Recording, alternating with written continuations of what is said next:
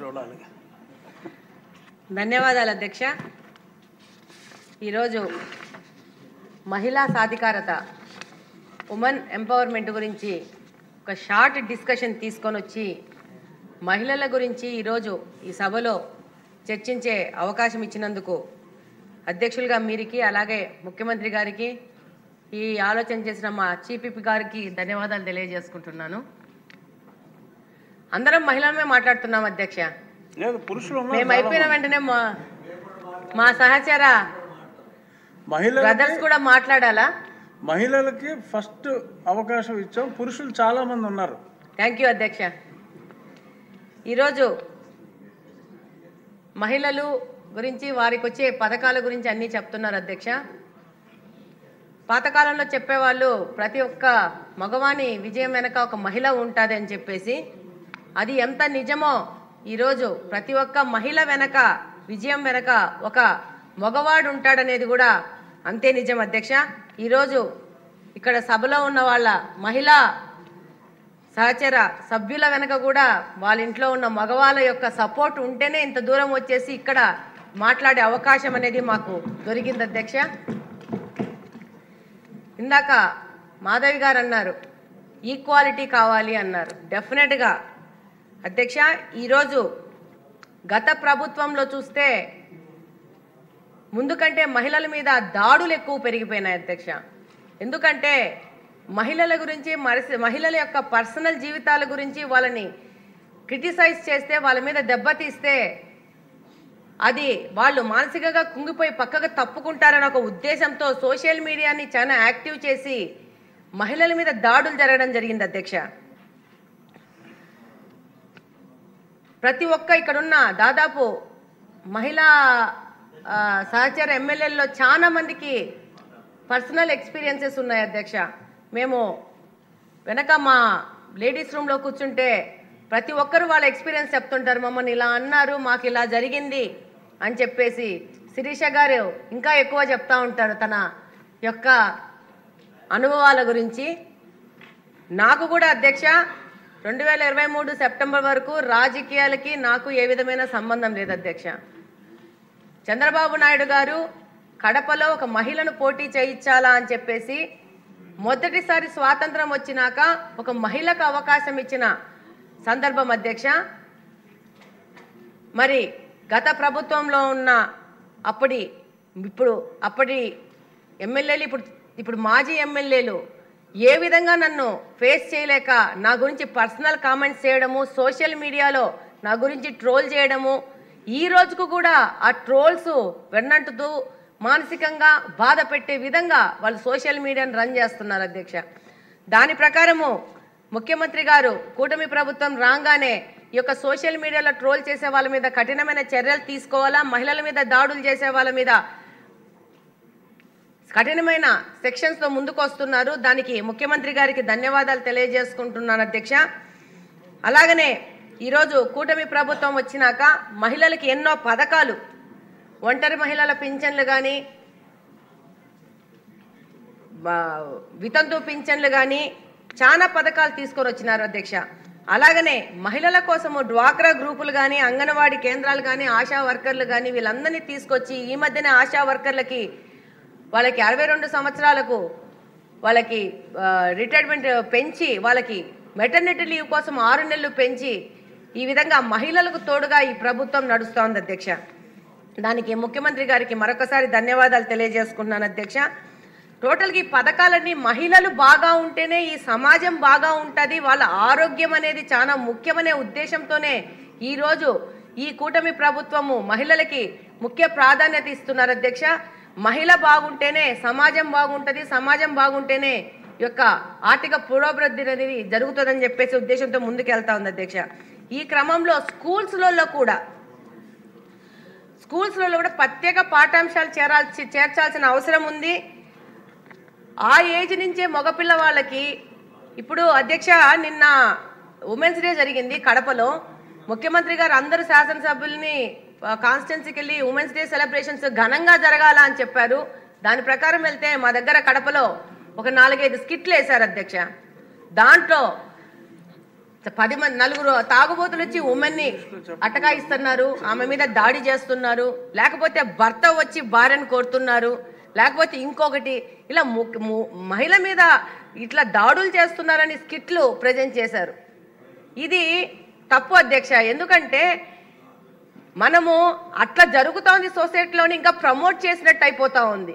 నేను అక్కడున్న ఆ ప్రోగ్రాము కండక్ట్ చేసిన అధికారులకు కూడా చెప్పాను, ఇలాంటివి కాకుండా ఇంకా ఇప్పుడు సమాజంలో బాగా పేరు పొందిన ఇప్పుడు మహిళల గురించి ఇందాక రాష్ట్రపతి గారి గురించి చెప్పినారు, ఆవిడ ఎలా పైకి వచ్చింది అనే దాని మీద స్కిట్లు వేయచ్చు, మహిళలు గొప్పగా పేరు తెచ్చున్న వాళ్ళ మీద స్కిట్లు వేయచ్చు, కానీ మహిళల మీద దాడులు జరుగుతున్నాయి దాన్నే ప్రమోట్ చేయాల్సిన అవసరం లేదు అనేది నా పర్సనల్ అభిప్రాయం అధ్యక్ష.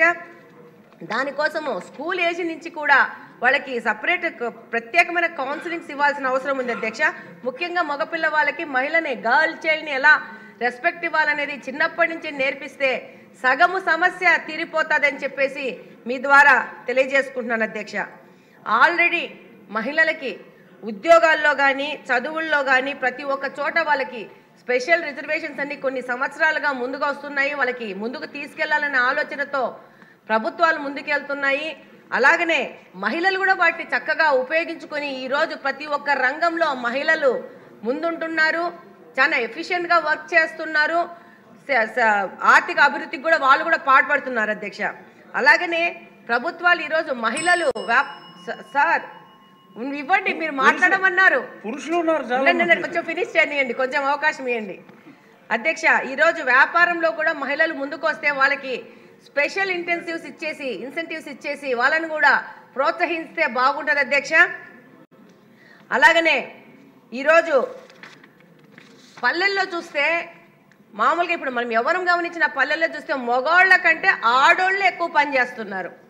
వాస్తవంగా మగవాళ్ళన్నా ఒకరోజు ఖాళీగా ఉంటారు, కానీ పల్లెల్లో ఆడోళ్ళు 2 ఆవులన్నా పెట్టుకొనేసి ఆవుల ద్వారా ఆ ఇంటికి సరిపడా కొంచెమైన ఆదాయం వచ్చే విధంగా వాళ్ళు రోజు ఆలోచిస్తూ ఉంటారు. ప్రతి ఒక్క మహిళ ప్రతి ఒక్క గృహిణి ఆ కుటుంబం యొక్క ఆర్థిక దానికి సపోర్ట్ చేయడానికి పని చేస్తూనే ఉంటారు. వాళ్ళ యొక్క శ్రమ ఎవరు కౌంట్ చేయరు అధ్యక్ష. ఈరోజు వాళ్ళ యొక్క శ్రమను కూడా కౌంట్ చేస్తే అత్యధికంగా ఆర్థికంగా సపోర్ట్ చేస్తుంది మహిళలే ఈ భారతదేశంలో. దాన్ని ఎవరైనా ఒప్పుకోవాల్సిన అవసరం ఉంది అధ్యక్ష. అలాగనే ఎన్టీఆర్ గారి నుంచి కానీ సిబిఎన్ గారి నుంచి కానీ మహిళలు కోసము ఎన్నో పథకాలు ఇవ్వడము, వాళ్ళకి సపోర్ట్ చేయడము ఈరోజు చేస్తున్నారు అధ్యక్ష. డెఫినెట్గా ఈ కూటమి ప్రభుత్వము మహిళల యొక్క సపోర్ట్తో మహిళల ద్వారా ఈ యొక్క దేశం కానీ రాష్ట్రం కానీ ఆర్థిక పురోభివృద్ధికి ముందుకెళ్తుంది. డెఫినెట్గా మహిళలు కూడా ఈరోజు చాలా యాక్టివ్గా ఉన్నారు, ఎక్కడే కానీ వాళ్ళకు వచ్చిన అవకాశాన్ని వదులుకోవట్లేదు, ముందుకెళ్తున్నారు. కాకపోతే మనం డిపెండెంట్ అనే ఆలోచనను వదిలేసేసి మనల్ని రక్షించుకోగలుగుతాం, మనకు కావాల్సిందని సాధించుకోగలుగుతాం అనే ఆలోచనతో ముందుకు పోతే బాగుంటుంది అధ్యక్ష. ఈ సందర్భంగా ఒక విషయం చెప్పదలుచుకున్నాను అధ్యక్ష. ఎలక్షన్ అప్పుడు మా యొక్క ఇప్పుడు మాజీ ఎమ్మెల్యే తమ్ముడు నన్ను అనరాని మాటలు మాట్లాడాడు అధ్యక్ష. పోలీస్ స్టేషన్లో నాకు పెద్దలు, మా కడపలో ఉన్న కాన్స్టిట్యున్సీలో ఉన్న పెద్దలు, నేను కూడా మీ అందరికీ తెలుసు, నేను కూడా నా జోలికి వస్తే నేను కూడా గమ్మునున్నాను. నేను కూడా ఇట్లాంటి సభలోనే నిలబడేసి రేపు గెలుస్తాను, గెలిచినాక నిన్ను రోడ్డు మీద తిప్పకపోతే నా పేరు మాధవి అని తిప్పి రాయించుకుంటానని చెప్పి ఒక సభలో చెప్పాను అధ్యక్ష. చెప్తే యంగ్స్టర్స్ అందరూ మాధవక్క బాగా మాట్లాడింది అన్నారు. పెద్దోళ్ళు ఉంటారు, పెద్దోళ్ళు వాళ్ళకి అనుభవం డెఫినెట్గా ఎక్కువగా ఉంటుంది. వాళ్ళు ఏమన్నారు, అట్లా మాట్లాడకూడదు కదా, పెద్ద ఫ్యామిలీ నుంచి వచ్చింది కదా, అలా మాట్లాడకూడదు అని చెప్పారు అధ్యక్ష. నాకు ఫోన్లు చేసి పర్సనల్గా వచ్చి నేను ఒకటే అంటున్నాను అధ్యక్ష, మహిళలకు అందరికీ చెప్తున్నాను, ఎవరన్నా మన మీద దాడి చేస్తే మా నాన్న వస్తారు, మా అన్న వస్తాడు, మా తమ్ముడు వస్తాడు, నన్ను కాపాడుతాడు అనే ఆలోచనను వదిలేసి మనకు దెబ్బ తగిలింది, నొప్పి మనం భరించాము. ఒక కుక్క వచ్చి మనల్ని కాటేస్తే వెంటనే కింద ఉన్న రాయి తీసుకొని కొడతామా లేదా? కాబట్టి మనకి ఏ పోలీసు వ్యవస్థ కానీ ఇంకోటి కానీ అవసరం లేదు. మనకు 2 చేతులు ఉన్నాయి. ఒకడు నన్ను మాట్లాడితే నాకు మాట్లాడే కెపాసిటీ ఉంది, ఒకడు నన్ను కొట్టడానికి వస్తే వాడు 2 కొట్టి నేను ఒక్కటన్నా కొట్టగలుగుతాను. కాబట్టి పెద్దవాళ్ళు కూడా మాకు చెప్పాల్సిన వాళ్ళు ఇప్పుడు మొత్తము సమాజం మారిపోయింది అధ్యక్ష. చాలా ఛాలెంజెస్ పెరిగినాయి ఆడవాళ్ళకు కూడా. పెద్దోళ్ళు వచ్చేసి అలా మాట్లాడకూడదు అని చెప్తే నేను ఆ రోజు మా హస్బెండ్కి మా భర్తతో అన్నాను, మీరు వచ్చి కాపాడే వరకు నేను ఆగుతానా? కుక్క ఎంట పడితే వెంటనే తీసుకొని కట్ట తీసుకొని కొడతానా లేదా? ఇది కూడా అంతే. అతను వచ్చి పోలీస్ స్టేషన్లో అంత అన్యాయంగా మాట్లాడితే ఈ పెద్ద మనుషులందరూ ఏమి చేసినారు? వీళ్ళందరూ ఖండించాలి కదా. అదే రోజు అదే పెద్దింటి కోడలైనా నన్నే మాట్లాడినప్పుడు పెద్ద మనుషులందరూ వచ్చి ఖండించలేదు. ఎందుకు ఖండించలేదంటే అధ్యక్ష, ఆ రోజున్న వైసీపీ ప్రభుత్వానికి భయపడి ఎవ్వరూ బయటికి రాలేదు. కాబట్టి నేను మహిళలకు చెప్తాను, వీఆర్ సెల్ఫ్ సఫిషియంట్. మనం ఎవరికి తక్కువ కాదు. రేపు 29వ ఎలక్షన్ కల్లా మొత్తం ఈ సభలో సగానికి పైన మహిళలే కూర్చుంటారు, మహిళలే శాసనాలు చేస్తారు, మహిళల పురోభివృద్ధికి మహిళలే పాటుపడతారు. కాబట్టి మనం దేనికి తక్కువ కాదు. డెఫినెట్గా చంద్రబాబు నాయుడు గారు మాకు ఈ అవకాశం ఇచ్చినందుకు, ఈరోజు ఉమెన్ ఎంపవర్మెంట్ గురించి మాట్లాడడానికి అవకాశం ఇచ్చినందుకు, అలాగనే మీరు నాకు స్పెషల్గా ఏమ్మా మాట్లాడటం లేదా నువ్వు అని అంటే నిజంగా నేను ప్రిపేర్ అవ్వలేదు అధ్యక్ష. మీరు చెప్పారు వెనక వెంకటరామన్న మీరు మాట్లాడకపోతే ఎట్లమ్మా అని చెప్పేసి, ఆయన కానీ థామస్ అన్న కానీ కిషోర్ అన్న కానీ పక్క నుంచి వచ్చి మాట్లాడకపోతే ఎట్లమ్మా అంటే ఇప్పుడు మాట్లాడాల్సిన అవసరం వచ్చింది. ఈ అవకాశం ఇచ్చినందుకు ధన్యవాదాలు అధ్యక్ష.